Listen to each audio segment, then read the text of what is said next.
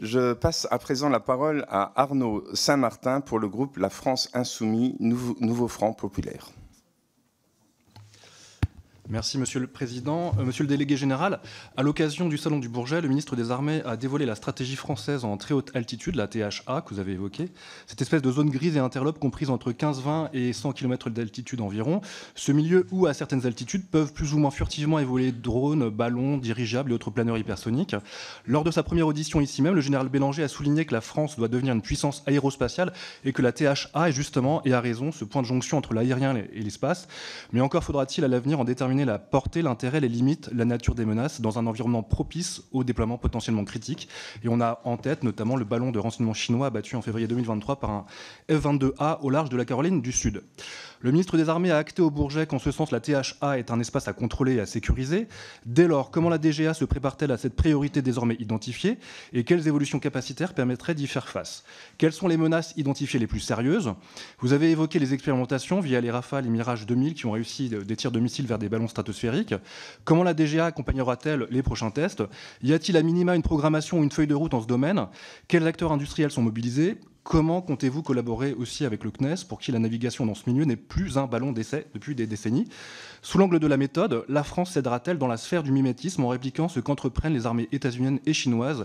Ou établirons-nous des objectifs industriels et stratégiques qui nous démarqueraient? Enfin, question bonus à situer au-delà de la THA, mais en deçà de l'exosphère terrestre, à savoir en orbite basse terrestre. Le Salon du Bourget a largement mis en avant la maquette du Vortex, nouvel avion spatial réutilisable à vocation duale proposé en démo par Dassault. Quel est l'horizon de développement d'un tel projet, cité en exemple probant par le président de la République? Est-ce que c'est de l'affichage ou bien ce projet rencontre-t-il un besoin capacitaire véritablement à l'ordre du jour? Comment le CDE se positionne-t-il? Quel usage militaire pour ce genre de spationnef dont le design rappelle d'autres projets passés et certains naguère enterrés après moult démêlés politiques? Vous avez évoqué Hermès. Quelles enveloppes budgétaires nécessaires le cas échéant, à supposer que le projet de spationnef décolle un jour au-delà de la démo? Merci. Sujet absolument passionnant, je vous remercie, parce que c'est effectivement, ce sont des sujets nouveaux dans les deux cas, et ça illustre bien, vous disiez que la France peut ou doit devenir une puissance aérospatiale. Je pense qu'elle est déjà une puissance aérospatiale, mais que si on ne fait rien, on sera déclassé. Et c'est bien tout le sens de ces différentes stratégies. Alors, en termes de stratégie de très haute altitude, et évidemment, tout le monde a en tête le ballon chinois qui finalement a été neutralisé par les États-Unis. Il faut bien voir qu'il y a plusieurs défis. Le premier défi, c'est détecter et identifier ce qui se passe, et c'est tout le sens de la stratégie et de la feuille de route sur lequel nous travaillons, vers la THA. Et donc ça, c'est quelque chose qui ne se passe pas en l'air, mais qui se passe sur le sol, avec des radars de sol, des frégates de défense aérienne, le radar du SAM-PTNG, donc vous savez, le radar du système de défense sol-air moyenne portée. J'en ai parlé tout à l'heure, le Global Eye en tant que successeur de la WACS, les pseudo-satellites capables de nous aider, les capacités aussi en l'air de détection satellitaire dans la très haute altitude. Et j'allais dire les caractéristiques, et j'y reviens dans un instant, des objets qui se promènent en très haute altitude sont que c'est compliqué à identifier, compliqué à détecter. C'est pour ça qu'on a besoin d'une complémentarité de l'ensemble de ces systèmes. Deuxièmement, et c'est ce dont on a parlé tout à l'heure, intercepter et neutraliser dans la très haute altitude. Donc effectivement, les effecteurs, et notamment les deux tirs que j'ai mentionnés, sont des tirs Mika, en particulier, mais c'est également des capacités que devront avoir le futur avion de combat au sein du SCAF, que devra avoir le futur missile Aster B1 NT du SAM-PT nouvelle génération. Et c'est aussi les travaux que nous menons sur les lasers longue portée. Vous savez qu'on a un champion, notamment national, qui s'appelle Silas, avec lequel nous travaillons pour pouvoir avoir ces capacités d'interception et d'action vers la très haute altitude. C'est pas si simple que ça. Et c'est pas si simple que ça parce qu'on a un machin qui s'appelle l'atmosphère et qu'en atmosphère, on a des turbulences atmosphériques. Et il faut faire d'abord de l'optique adaptative pour pouvoir détecter ce qui se passe. Et il faut ensuite pouvoir corriger ces turbulences pour qu'un tir laser soit efficace. Et puis la troisième chose, c'est opérer depuis la très haute altitude.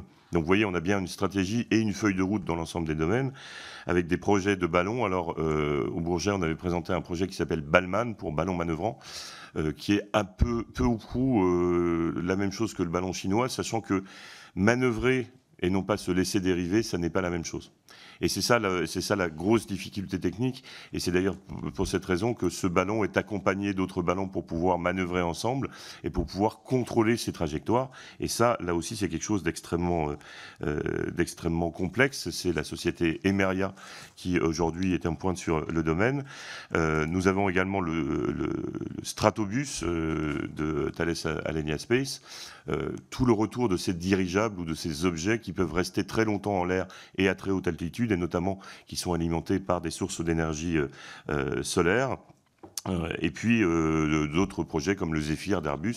Donc on travaille bien dans cette stratégie industrielle avec les industriels, avec la BITD.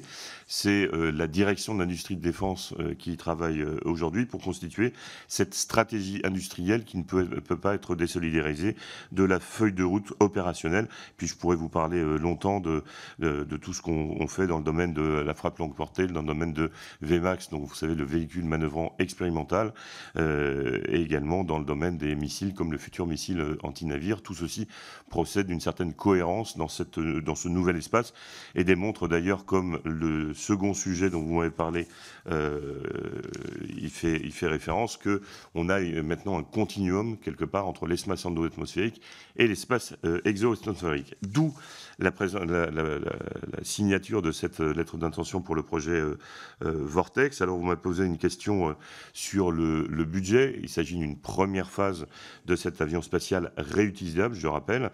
Le but, c'est quand même d'ici 2027 de valider les capacités critiques d'un avion spatial. Et je reviendrai sur à quoi ça sert. Donc c'est une approche qui est duale, et d'ailleurs on s'est inspiré du New Space pour pouvoir construire cette approche. C'est 2 ans de développement pour un premier démonstrateur avec 70 millions d'euros de budget. Plus de 50% ont été autofinancés par Dassault. Et donc, pour répondre à votre question, et j'y réponds en toute conscience, oui, j'y crois. Le ministre y croit, Dassault y croit. Ça n'est pas un effet de l'affichage. Je pense que si vous regardez ce qui se passe dans ce domaine-là, vous savez qu'on a des systèmes chinois, la navette X-37B américaine. Il est nécessaire d'avoir un moyen réutilisable compte tenu aujourd'hui des possibilités de nous dénier un accès à l'espace, et on a vu ce qui se passait dans le domaine des lanceurs. Eh bien, si on veut pouvoir lancer des satellites en réactif, par exemple, faire des opérations en orbite, un avion spatial est tout à fait nécessaire. Le but de ce démonstrateur, ça sera de faire, d'ici, je l'ai dit, 2027, un vol suborbital à Mach 12. Sachant que le système sera, donc il n'y a pas de pilote, le système sera lancé par un micro-lanceur Electron de Rocket Lab. Le but, c'est de tester le guidage hypersonique, de tester les protections thermiques et la manœuvrabilité terminale.